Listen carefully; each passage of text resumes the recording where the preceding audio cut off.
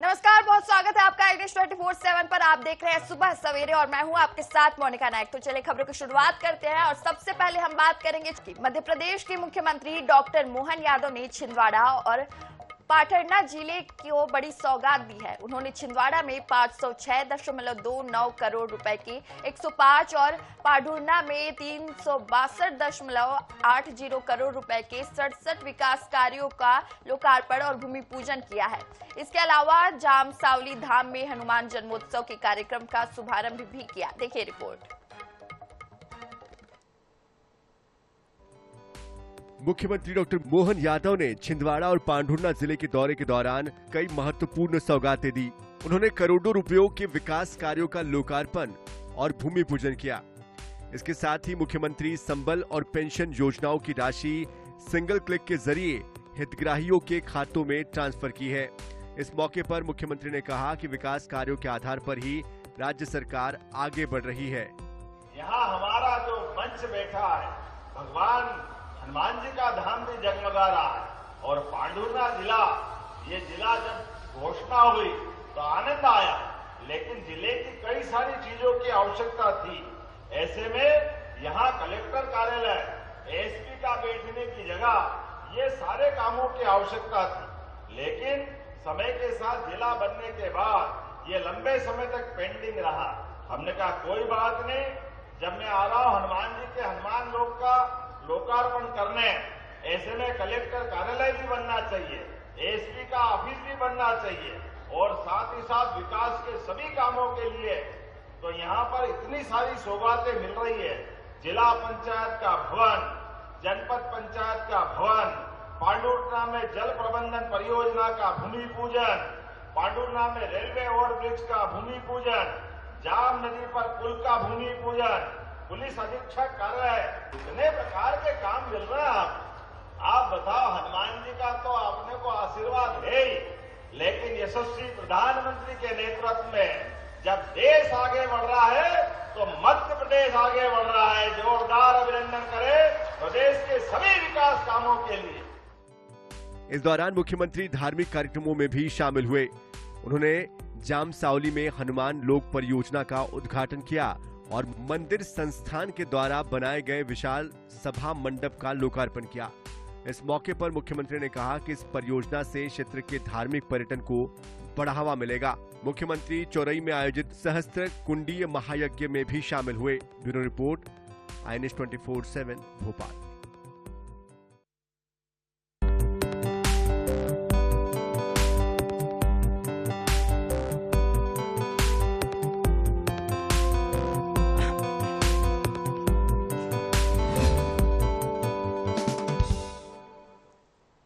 छत्तीसगढ़ के मुख्यमंत्री विष्णुदेव साय अपने गृह ग्राम बगिया पहुंचे, जहां उन्होंने रामनवमी के अवसर पर आयोजित 4 दिवसीय अखंड महायज्ञ पूजा की शिरकत की। सीएम साय ने अपनी पत्नी के साथ विधि विधान से पूजा अर्चना की। वहीं आईजी रतनलाल डांगी को सस्पेंड किए जाने पर उन्होंने कहा कि उनके खिलाफ लगातार शिकायतें मिल रही थी, इसलिए उनको सस्पेंड किया गया है। सबसे पहले तो समस्त छत्तीसगढ़ वासियों को रामनवमी की बहुत बहुत बधाई और शुभकामनाएं। प्रभु श्री राम का आशीर्वाद, छत्तीसगढ़ उनका ननिहाल है, हमेशा बना रहे, छत्तीसगढ़ में खुशहाली हो। और हमारे यहाँ निवास ग्राम में, निवास गृह में पिछले 25 साल से भी ज्यादा हो गए रामनवमी के समय रामनवमी यज्ञ होता है 4 दिनों का, जिसमें छत्तीसगढ़, झारखंड, उड़ीसा से भारी संख्या में भक्त यहाँ पर आते हैं और हर साल मैं इसमें उपस्थित होता हूँ। तो वहीं आखिरकार राज्य सरकार ने विवादास्पद आईजी रतनलाल डांगी को सस्पेंड कर दिया है। गृह विभाग ने गुरुवार को रतनलाल डांगी के सस्पेंशन आदेश जारी कर दिए हैं। आईजी डांगी के खिलाफ अक्टूबर में एक महिला ने पुलिस मुख्यालय में शिकायत की थी कि रतनलाल डांगी सालों से उनका यौन उत्पीड़न, शोषण कर रहे हैं। इस शिकायत के बाद मामले में पुलिस मुख्यालय ने एक जांच कमेटी बनाई थी, लेकिन कमेटी की रिपोर्ट अब तक नहीं आने के बाद महिला ने बीते दिनों फिर से पुलिस मुख्यालय में गुहार लगाई और मीडिया से भी मदद की गुहार लगाई थी। बाद में रतनलाल डांगी के कई आपत्तिजनक फोटोग्राफ भी सोशल मीडिया पर वायरल हुए। अब जाकर उन पर कार्रवाई हुई है। आखिरकार राज्य सरकार ने आईजी रतनलाल डांगी के खिलाफ कड़ा एक्शन ले लिया है।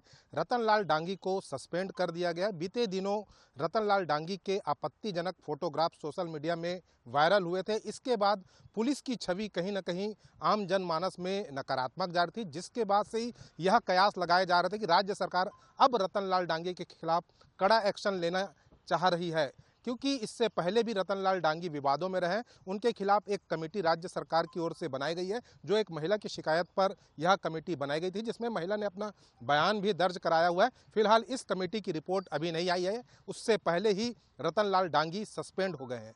कैमरामैन मलकी सिंह के साथ मनोज नायक, 7 रायपुर। अब बात कर लेते हैं छतरपुर की, जहां रामनवमी के अवसर पर निकलने वाली ऐतिहासिक जुलूस की तैयारियां जोरों शोरों पर है। परंपरा के अनुसार 9 दिनों तक प्रभात फेरी निकाली जाती है, जिसमें बड़ी संख्या में श्रद्धालु शामिल होते हैं। गुरुवार को वन राज्य मंत्री दिलीप अहिरवार भी प्रभात फेरी में शामिल हुए। इस दौरान उनका अलग ही अंदाज देखने को मिला। राम जी की निकली सवारी भजन पर मंत्री अहिरवार झांझ और करताल बजाते हुए जमकर थिरकते नजर आए। सोशल मीडिया पर मंत्री के अंदाज का वीडियो तेजी से वायरल हो रहा है।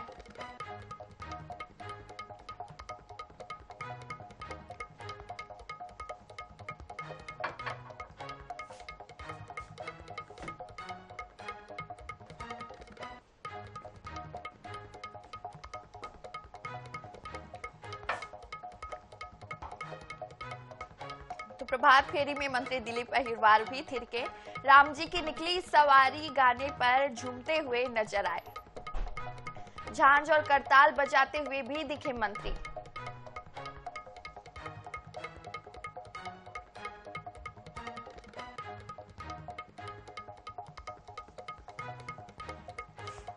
छत्तीसगढ़ समेत देश भर में नक्सलवाद खत्म करने डबल इंजन सरकार ने पूरी ताकत झोंक दी है। 31 मार्च 2026 तक बस्तर समेत देश से नक्सलियों का सफाया करने में बड़ी संख्या में सुरक्षा बलों की तैनाती भी की गई है। इसके एवज में अब केंद्र सरकार ने 22,000 करोड़ रुपए की राशि राज्य सरकार से मांगी है। राशि को लेकर अब सियासत भी तेज हो गई है। देखिए रिपोर्ट।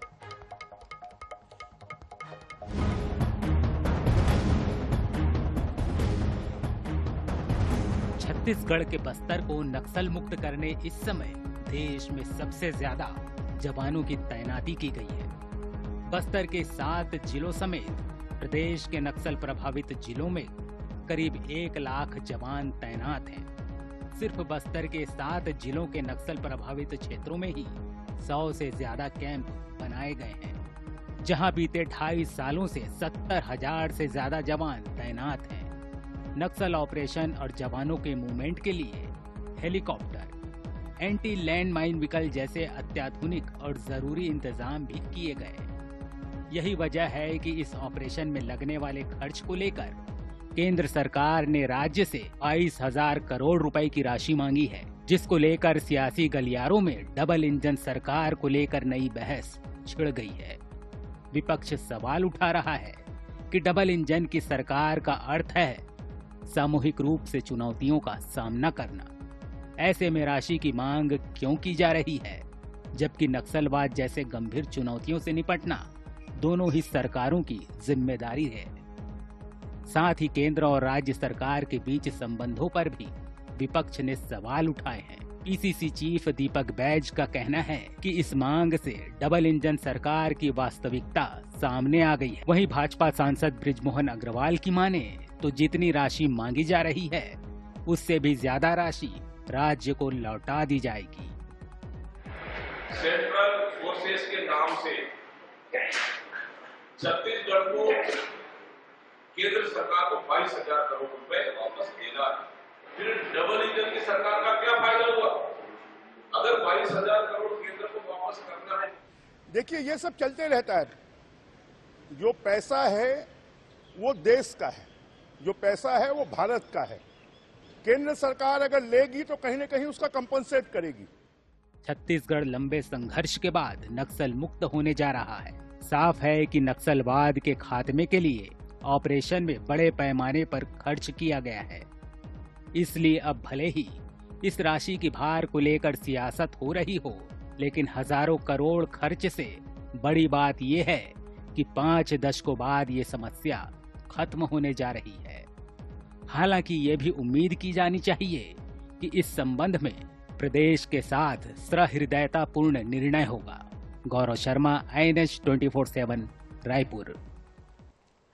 लकड़ी कोयले की भट्टियों से प्रदूषण हो रहा था तो प्रशासन ने भट्टियों के उपयोग पर रोक लगा दी, लेकिन वही भट्टियां फिर से चलन में आ गई है। ऐसा इसलिए क्योंकि ईरान, इजराइल और अमेरिका में युद्ध चल रहा है, जिसका असर देश में पड़ने लगा है, जिससे ग्वालियर चंबल संभाग भी अछूता नहीं है। कमर्शियल सिलेंडर के क्रय विक्रय पर अस्थायी रोक लगा दी गई है। ऐसे में अब शादियों, होटल और रेस्टोरेंट्स में खाना बनाने के लिए विकल्प ढूंढा गया है। लकड़ी और डीजल की भट्टियों पर भोजन बनाया जा रहा है। ऐसे ही एक शादी समारोह में डीजल, लकड़ी और कोयले की भट्टी सहित इलेक्ट्रिक भट्टी पर भोजन तैयार होता दिखाई दिया। खाड़ी देशों के युद्ध का असर अब भारत के साथ साथ ग्वालियर में भी देखने को मिल रहा है। और सबसे बड़ी बात, अभी जो घरेलू गैस और व्यावसायिक सिलेंडर की किल्लत का प्रशासन बार बार दावा कर रहा है कि किल्लत नहीं है और 25 दिन में बाकायदा सिलेंडर आ रहा है, लेकिन कमर्शियल गैस सिलेंडर की उपलब्धता न होने की वजह से इसका असर अब ग्वालियर के शादी विवाह समारोह में भी देखने को मिल रहा है। सबसे बड़ी बात है, आप देख रहे हैं कि आज जैन छात्रावास में एक शादी चल रही है। उस शादी के तहत आप देख सकते हैं जो खाना बनाने की जो तकनीक है उसको बदला गया है। यहाँ बाकायदा अब नए जो घरेलू गैस या व्यावसायिक गैस सिलेंडर है, जो LPG, उसकी जगह जो कोयले की भट्टी है उसका इस्तेमाल किया जा रहा है। इसमें 5 डीजल भट्टी लगाई गई हैं, 5 कोयले की भट्टी लगाई गई हैं, बाकी सारा डोसे की भट्टी इलेक्ट्रॉनिक है, चीले की भट्टी इलेक्ट्रॉनिक है, आलू के भल्ले की भट्टी इलेक्ट्रॉनिक है, बाकी सारा इलेक्ट्रॉनिक आइटम पे चाट के स्टॉल लगाए गए। ऐसा क्यों चुनना पड़ा आपको ये सब विकल्प?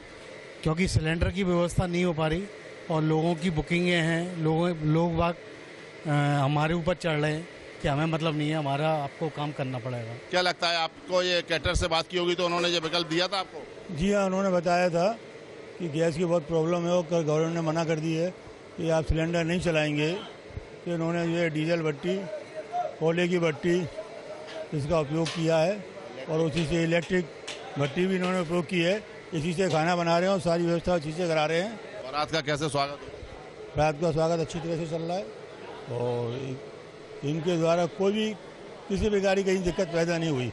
ऊर्जा के जो वैकल्पिक स्रोत हैं, आप देख सकते हैं कि जो भट्टियां हैं अलग अलग प्रकार की यहाँ पर दिखाई दे रही हैं जिसपे खाना बन रहा है। और सबसे बड़ी बात है कि जो कोयले की भट्टी और डीजल की भट्टी के साथ साथ इलेक्ट्रिक के अलग से उपकरण लगाए गए हैं, जिसमें इलेक्ट्रिक भट्टी के लिए डोसा, चीला जैसे आइटम होते हैं, उससे उनका बारातियों की जो सेवा की जाएगी और उनको खान पान सर्व किया जाएगा। लेकिन लोग उसका उपाय भी निकाल रहे हैं। कैमरामैन अजय उपाध्याय के साथ जावेद खान, INH न्यूज़ ग्वालियर।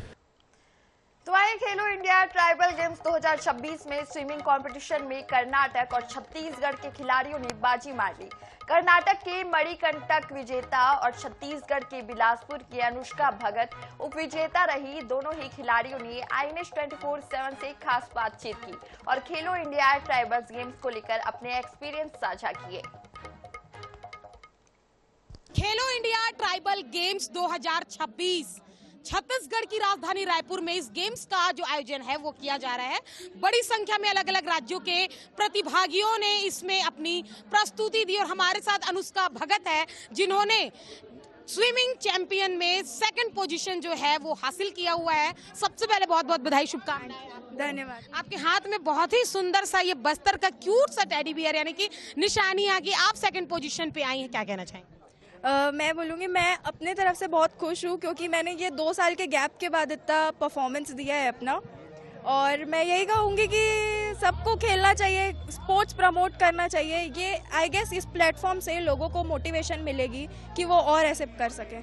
इसकी ट्रेनिंग हेमंत परिहार सर जी हैं, उनका रेलवे स्विमिंग पूल वही मेन हेड है वहाँ के, वहाँ पर हम प्रैक्टिस करते हैं। मैं लड़कियों को यही मैसेज देना चाहूँगी, लड़कियों सारे यंगस्टर को भी यही मैसेज देना चाहूँगी कि आप अपने लिए करेंगे, किसी और के लिए नहीं। चाहे रिजल्ट जो भी हो, चाहे जो भी हो, आपको खुश रहना चाहिए इस चीज को करके। मतलब गो विद द फ्लो, मेरा एक लाइन है, गो विद द फ्लो। आप अपने लिए करें। छत्तीसगढ़ की भी बेटी हैं आप, मैं चाहूंगी कि जय जोहार के साथ एक छोटा सा मैसेज दे दीजिए। जी, मैं यही कहना चाहूंगी कि लड़कियां सबसे, भाई जो माँ होती है वो सबसे बड़ी ताकतवर होती है, औरत होती है। तो आप देखे जाएंगे तो लड़कियों को और मौका मिले, और हमारी देश की लड़कियों की तो कुछ और ही बात है। आप देखेंगे वो इतना स्ट्रगल करके भी इतना आगे आती हैं और अपने आप को रिप्रेजेंट करती हैं, इतने चीजों से लड़के वो आगे आती हैं। राजधानी रायपुर में आप लगातार देख पा रहे हैं, अभी भी कुछ दिन इसका आयोजन होगा। आज स्विमिंग का फाइनल खेला गया। बिलासपुर की बेटी अनुष्का भगत जो है वो सेकंड पोजीशन पर रही। कहीं ना कहीं छत्तीसगढ़ के लिए, ट्राइबल एरियाज के लिए एक बड़ा मैसेज है। किताबों में पहले लोग पढ़ा करते थे, अब वैश्विक पटल पर जो बेटियां हैं वो छत्तीसगढ़ का नाम रोशन कर रही है, और इसकी शुरुआत राजधानी रायपुर से हुई है। कैमरामैन रिजवान के साथ मोनिका दुबे, INS 24/7 रायपुर। 2026 और आज स्विमिंग में जिन्होंने पहला स्थान हासिल किया है वो हमारे साथ है कर्नाटक के खिलाड़ी हैं मणिकंटक। उनसे सीधे बातचीत कर लेंगे। बधाई, बहुत शुभकामनाएं आपको। शुक्रिया। कैसा एक्सपीरियंस रहा स्विमिंग में? आप फर्स्ट आपने रैंक हासिल किया। अच्छा लगा, फर्स्ट आके मतलब मेहनत किया, इसलिए प्रैक्टिस किया था हम लोगों ने, अच्छा लगा। कर्नाटक के रहने वाले हैं आप, कर्नाटक से राजधानी आए हैं रायपुर, आके कैसा लगा? यहाँ पे खेलो इंडिया ट्राइबल गेम्स पहली बार जो है आयोजित किया जा रहा है, क्या कहना चाहेंगे? अच्छा है, मतलब अच्छा स्विमिंग है, मतलब पानी थोड़ा हार्ड है, दिक्कत नहीं, मत कर सकते हैं। मणिकंटक, हम आपसे ये भी जानना चाहेंगे आने वाले समय में क्या कहाँ देखना चाहते हैं, आपको क्या करना चाहते हैं? अभी अगले साल एशियन गेम्स है, मतलब इसी साल आए थे फरवरी जुलाई पे, उसकी तो कोशिश कर रहे हैं हम लोग अभी। पेरेंट्स का कितना सपोर्ट? पेरेंट्स तो पूरा सपोर्ट ही कर रहे हैं मेरे को, माँ बाप सब, फैमिली वगैरह सब बहुत सपोर्टिंग है मेरे। कोच? और कोच मेरा राजीव सर है, मतलब अभी के लिए मैं बसगुड़ी में ट्रेनिंग कर रहा हूँ मैं अभी। राजीव सर है कोच का नाम। अच्छा, पढ़ाई लिखाई के बारे में थोड़ा सा पूछ लेते हैं। कहाँ पढ़ाई करते हैं आप, कौन सी स्टैंडर्ड में? मैं जैन में हूँ, अभी MBA कर रहा हूँ मैं। क्या कहना चाहेंगे छत्तीसगढ़ के लिए? अच्छा है, पर गर्मी बहुत है शहर में। कोई बात नहीं, इस गर्मी में भी आपने जीत हासिल की है, सबसे बड़ी बात है। तो मणिकंटक कर्नाटक के रहने वाले हैं। ट्राइबल गेम्स 2026 में स्विमिंग कंपटीशन में इन्होंने पहला स्थान जो है वो हासिल किया है। कैमरामैन रिजवान के साथ मोनिका दुबे, INS 24/7। तो इसी के साथ इस बुलेटिन में इतना ही। रुकते हैं छोटे से ब्रेक के लिए, तब तक के लिए नमस्कार।